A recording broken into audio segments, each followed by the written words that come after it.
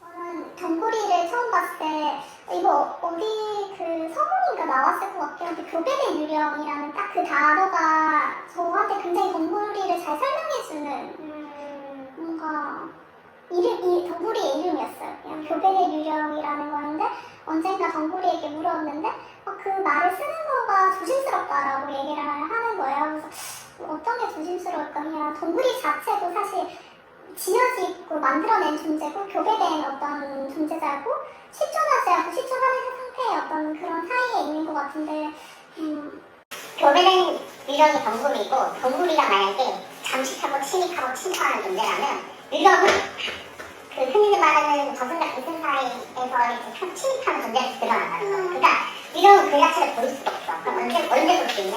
우리가 막 한국 이런 데 보면 유령이 나오잖아. 유령이 나와가지고 사건을 얘기해주잖아. 알고 보니까 그런 거였어. 그러면서 이제 현실 파악을 그리기 시작하는 거야. 그러니까 뭐냐면 비현실적인 것의 현실적 침투가 비로소 재개될 때 우리는 그 유령이라고 부를 수 있고 이 유령이 우리가 1년에 이 극과 사건과 이 작품들을 움직이게 되는 되게 비실제적인 이제 역할을 이제 하게 되는 거죠. 전 동돌이가 이제 그런 이제 역할을 이제 하게 되는 거고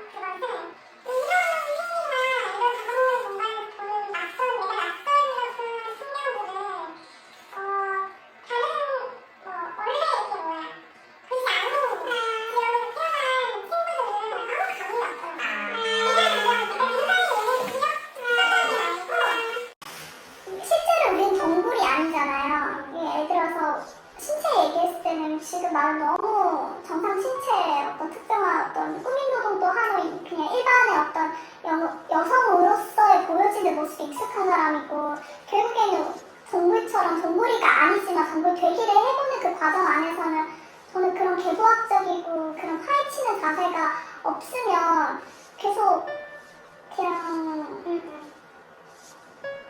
그냥 수행하는 것밖에 안 될 것 같다는 생각이 좀 들었거든요. 그 흔히 언어하게 보면 그런 거잖아요. 예를 들어서 나는 생각한다라고 했을 때 나는 생각한다 이 주어에서 나가 있고 나는 생각한다라고 또 생각한다가 하는 거잖아요. 그럼 계속 뭔가 뒤에 사라지는 나가 계속 듣는 거잖아요. 그런 것처럼 덩굴이를 의도하고 덩굴이를 일정 부분 행위라고 하잖아. 어떠한 덩굴 행위자가 있고 그 덩굴 행위자가 덩굴이가 되게 계속 행위를 하더라도 뒤에 사라지는 덩굴이 계속 있다는 거예요. 그러면 특히 말하는 뒤에 사라지는 그 덩굴이가 저는 일정 부분 작품이라고 생각해요. 못 따라가는 거예요. 제가 봤을 때 그 방향성을 덩굴 행위자가 못 따라갈 것 같거든요. 근데 그럼에도 불구하고 이 덩굴 행위자에 의해서 이것이 드러나는 거기 때문에 저는 이제 되게 가능한 실이 있다고 생각하고 그리고 그러한 실이 있어야지 흔히들 말하는 미학적 비판도 있겠지만 윤리적 비판도 가능한 것 같아요. 어느 지점에서 내가 이걸 문제화시키냐가 중요해요. 그러니까 뭔가 정말 아무런 이제 굴곡이 없고 그 공리가 전제가 아닌데 토대를 찾아서 토대에 시작한다는 거는 이것이야말로 제가 봤을 때 인간학적 그러니까 인간적인 전제 오류일 수 있어요. 어떤 공리를 다 제거한 무서공평한 지점이 아니라 나는 이 지점에서 시작하겠다라고 하는 그 제스처, 태도. 예를 들어서 우리의 우리의 행복과 어떤 윤리적인 것을 다투어라고 생각했을 때 어느 지점에서 우리가 비판을 들어보면 그게 이제 생태학적인 지점일 수도 있겠고 그게 어떤 부분은 젠더 권력적인 걸 수도 있겠고 아니면 정당 정치일 수도 있는 거다 사실은. 근데 이것을 끝까지 가보면 어떻게 사람들이 생각하는 그 이상적인 미래는 비슷할 수 있어. 근데 그것이 들어올리는 지름? 그러니까 이 판때기의 아르키메스 점이 어디냐의 문제인 거야 사실은.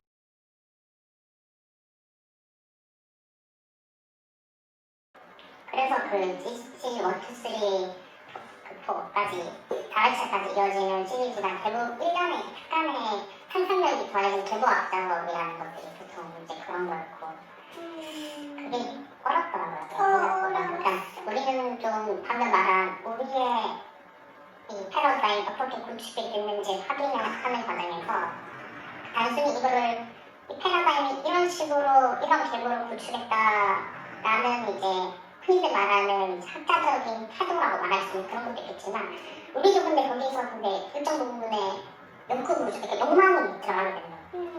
그러니까 뭔가 그 계보학적인 변형을 인해서 우리가 생각하고 있는 혹은 우리가 좀 원하는 우리의 사상과 신념이 약간 좀 가미된 이제 변형 구조를 만들고 싶었던 거예요. 그렇기 때문에 계보학하는 사람들은 그 권력을 분석하기 위한 도구를 쓴다고 하잖아요. 그 분석의 도구 자체가 일정 부분은 우리도 사실 권력화되는 부분에 이제 노출이 되는 거고. 그래서 어느 부분이 이 선에서 어느 정도 선까지가 더 유효하고 더 나은지는 이제 뭐 계속 이제 우리들끼리 얘기는 하고 있지만 어디서 이제 많은 이제 의견의 차이도 그거였던 것 같아요.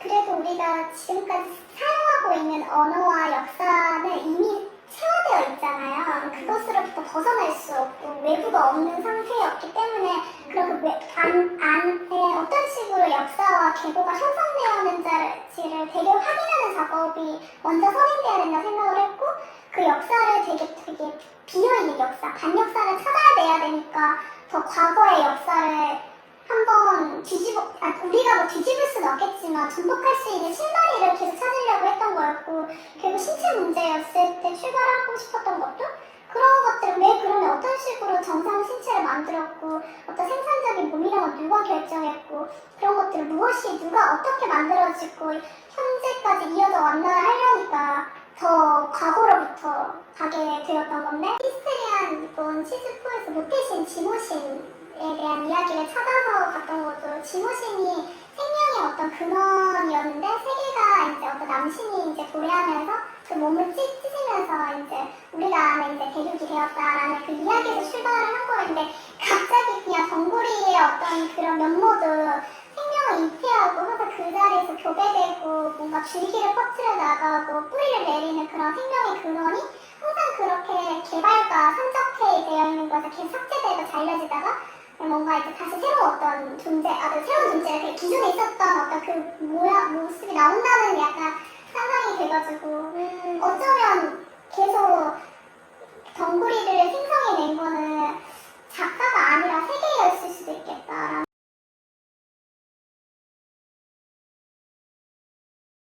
현실 장착의 오류 그냥 이게 어떻게 현실 장착이 되냐 마냐?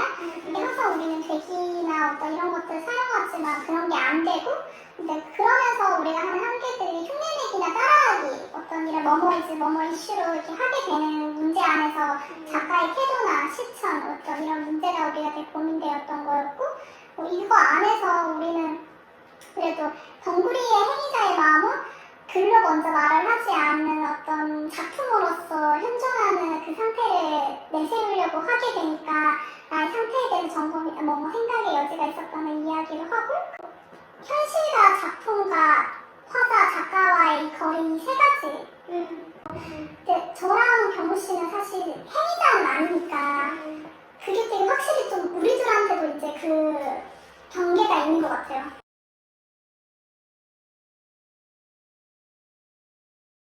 유령이 언제 발생했지?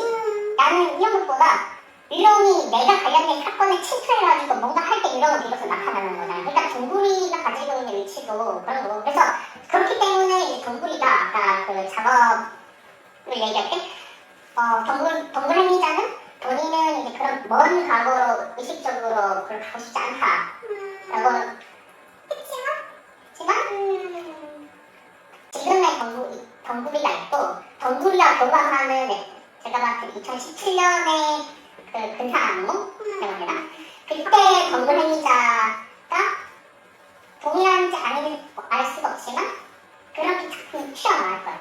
덩굴에 대한 오늘의 이 부분이 부지불식간 덩굴이가 부지불식간에 나타나가지고 우리의 어떠한 이제 우리가 인식 못했던 장소를 탁 튀어나오게 하는 것처럼 덩굴에 대한 이 기억도 부지불식간에 몇 년 뒤든 혹은 몇 달 뒤든 알 수는 없지만 분명히 그 기억의 어떤 파편이 작업에서 튀어나올 거예요. 그리고 그게 이제 지금 생각하지 못했던 답에 근사한 답은 없겠지만 답 없는 공간 혹은 답 없는 시간에 근사한 근사치 잠깐 무언가를 던져줄 수 있죠. 그리고 그거는 이제 계속 일어나는 거고.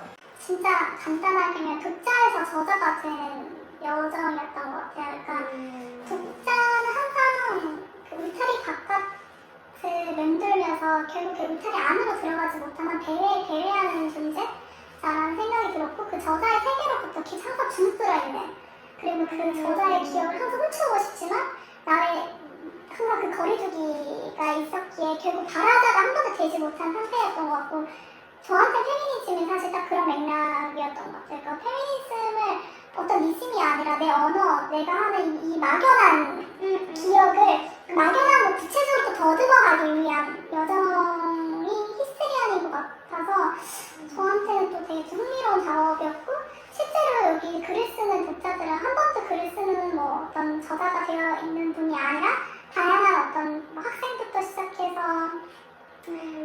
나의 연령이 다 다른 위치에 있는 친구들이었는데 또 그것을 또 시각작가랑 중간에 연결하는 작업 안에서 내 이미지를 구체적으로 상상하는 시간이 되기도 했거든요. 히스테리아는 그냥 그런 언어의 도구가 되면 좋겠다라는 게 첫 목적이었고 그래서 그냥 이 시리즈가 걔가 사우로서의 의미가 있겠구나라는 것을 점점 판단했던 것 같아요.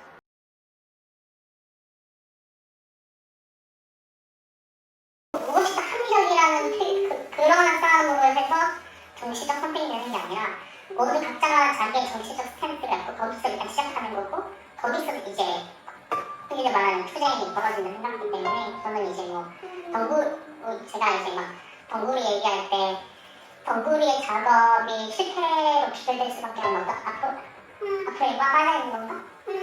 라고 이제 되물었을 때 또 그런 지점이고 그 히스테리아는 이제 그 편집도 글을 마지막에 썼지만 그것이 그 아포리즘이 이제 한계가 아니라 그냥 그거는 어쩔 수 없는 조건인 거예요. 그런 이제 그 덩굴의 실패되기 혹은 아까 말씀하신 것처럼 내가 생각했던 메시지가 결과로 가는 게 아니라 어떤 과정적 작곡에서 막 계속 닫히는 이런 답답함과 비이적이고 비극적인 세계관처럼 보이는 이런 순환도 결국에는 이제 그 작업의 조건이라고 생각하고 근데 그 결과는 제가 봤을 때는 다른 영감을 튀어나오는 것 같아요. 근데 이게 좋은 것 같진 않아요. 좋은 것 같진 않은데 우리의 작업물, 그 덩굴의 작업물이나 우리의 작업물을 관객한테 실패로서 다가가는 게 조금 더 유의미한 방법이지 않을까. 특히 우리가 가지고 있는 이제 문제의식, 그러니까 모든 문제의식이 다 실패로 제시돼야 된다는 게 아니라 우리가 가지고 있는 이 특수한 이 맥락에서는 오히려 실패로서 머뭇거림으로써 혹은 지연으로서 판단의 지연으로서 근데 덩굴이랑 히스테리아 조금 다르다고 얘기 드리고 싶었던 거는 덩굴이는 덩굴 되기의 실패 과정을 나열하게 하는 그러니까 실패를 전제를 하는 것은 또 아닌 것 같다는 느낌이 저는 개인적으로 들었고 히스테리아는 실패를 전제해야지 이 계보학적인 거에 의미가 있는 그러니까 이 계보학적인 거라고 해도 우리가 그 선형적인 역사를 찾는 게 아니라 비선형적인 것을 우리가 지금 탐미하듯이 죽고 있단 말이야. 죽죽죽죽 하듯이. 근데 그래서 실패를 전제하는 게 의미가 있는데 실패를 전제하는 것은 어떤 덩굴은 이 실패 과정에서 덩굴 행위자가 자기가 의도했거나 혹은 원했거나 지금 유지하고자 했던 어떤 정체성이 다르게 건너간다는 걸 느끼면서 그쵸. 이제 흔히 말 탈구축 그렇게 내가 의도하지 않은 식으로 탈구축되면서 이게 실패라는 이제 그런 걸 그게 이제 그것이 이제 작업에 들어온 거고 실패란 사실 그 안에 작가들이 한 번도 자기 자아가 탈구축된 적 없어요. 제가 봤을 때는. 오히려 완벽하게 전략적으로 이 전쟁에서 우리 이러한 자아로 밀어붙였던 것 같아요. 그래서 오히려 시스템 필진들은 자기 자신에 대한 자아가 탈구축되지 않고 오히려 약간 방금 말한 것처럼 히스테리아는 그냥 전쟁을 패배의 관점에서 그냥 시작한 거예요. 그렇기 때문에 이 주체는 가만히 정치적 주체이고 뭔가 자신의 토대를 무너뜨리고 다시 다른 우발성을 대기의 주체와 조금 다를 수 있다. 동구대기 주체는 좀 다를 수 있다. 맞아요. 히스테리아의 진짜 그 덩굴적 고민이란 그거는 이 프로그램 끝나고 다음 프로그램 다음 프로젝트 할 때 제가 봤을 때는 제 동굴이 가지고 있는 고민을 우리가 비로소 할 수 있을 것 같아요. 맞아. 그것과 다음 프로젝트가 만났을 때 좀 다르게 총괄적으로 나타날 어떤 것들이 나올 것 같아요. 히스테리아에서 했었던 이제 이 편이 좋겠다.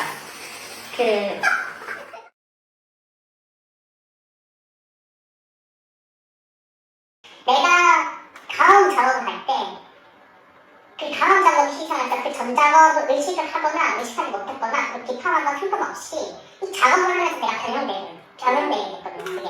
그렇기 때문에 다음 작업을 할 때 나는 그때의 나와 완벽하게 분리될 수가 없는 일정 부분의 기억이 미천에 나왔기 때문에 이것을 토대로 해서 이것을 반대로 가는 앞으로 가는 상관은 없게 되는 건데 불치게 된다고 저는 생각해요. 전지적인 태도로 나를 보는 게 아니라 내가 얼마만큼 유한한지 보게 되는 거예요. 유한. 얼마만큼 공부해도 지난 나를 뛰어넘을 수 없는. 지난 나를 뛰어넘을 수 없는. 이 표현이 되게 슬픈데 예전에 무슨 레비나스가 탈출에 대한 글이 있거든요. 거기서 무슨 말을 하냐면 구토에 대해서 얘기해요. 구토를. 근데 레비나스랑 이제 그 사르트르가 이제 비슷한 시기에 사르트 구토라는 글을 쓰고 레비나스는 이제 다른 철학의 구토였는데 레비나스가 조금 더 먼저 쓰거든요. 근데 맥락은 완전 달라요. 사르트르는 구토의 주인공이 내 뿌리가 내 실존이 얼마만큼 본질에 근거하지 않는 존재인지에 대해서 구토를 느낀다면 레비나스는 반대로 나라는 존재가 어떻게 뿌리로서의 나의 탈출이 불가능한지에 대해서 구토감을 느낀다고 해요. 저는 근데 레비나스 쪽에 조금 더 손을 들어요. 사람들이 작품을 보는 이유나 혹은 이제 예술 작품을 보고 아니면 이제 작가들을 만나고자 하는 이유가 그런 거거든요. 그러니까 누구나 본연적으로 의식을 하면 못하면은 자기가 가지고 있는 이 폐쇄적인 갇히는 기억의 구조, 자아의 구조가 불안하다는 걸 느낄 거예요. 의식적이든 비의식적이든. 근데 그것에 대한 막연한 연대 혹은 기억의 공유? 저는 그런 것들이 역사가 가지고 있는 좀 흥미라고 생각하고 나중에는 되게 미약하고 작은 기억의 공유점이 될 수 있다고 생각하고 그리고 그 작은 이제 공유점을 나눴을 때 우리가 요거는 예상은 못할 거라 생각해요. 저도 예상 못한 어떠한 변화와 기대에 작은 공유들 혹은 그런 것들이 생길 수 있다고 생각해요. 그래서 이 말은 비관이라는 것이 그러니까 우리가 유한한 사람, 유한한 필자, 유한한 편집자로서의 그런 되게 갇힌 구조가 그런 비관적 구조가 흔히 말하는 나쁜 의미에서의 비관적 구조는 아니라는 이제 그런 것들을 같이 얘기하고 싶었어요. 그래서 이건 약간 다른 얘기긴 한데 동시대 예술을 어떻게 바라보는 건 저는 사실은 거기에 대해서는 좀 관심이 없고 모르고 있어요 근데 동시대 예술 노동 환경에 관심이 없어요. 너무 관계야. 그러니까 예술 노동이 우리 같은 이들이 굉장히 많이 있었으면 좋겠어요. 그러니까 자기가 바로하고 자기가 좋아서 자기 실현하고 자기 주도하고 자기 창작을 하는 삶이 전제가 되는 삶?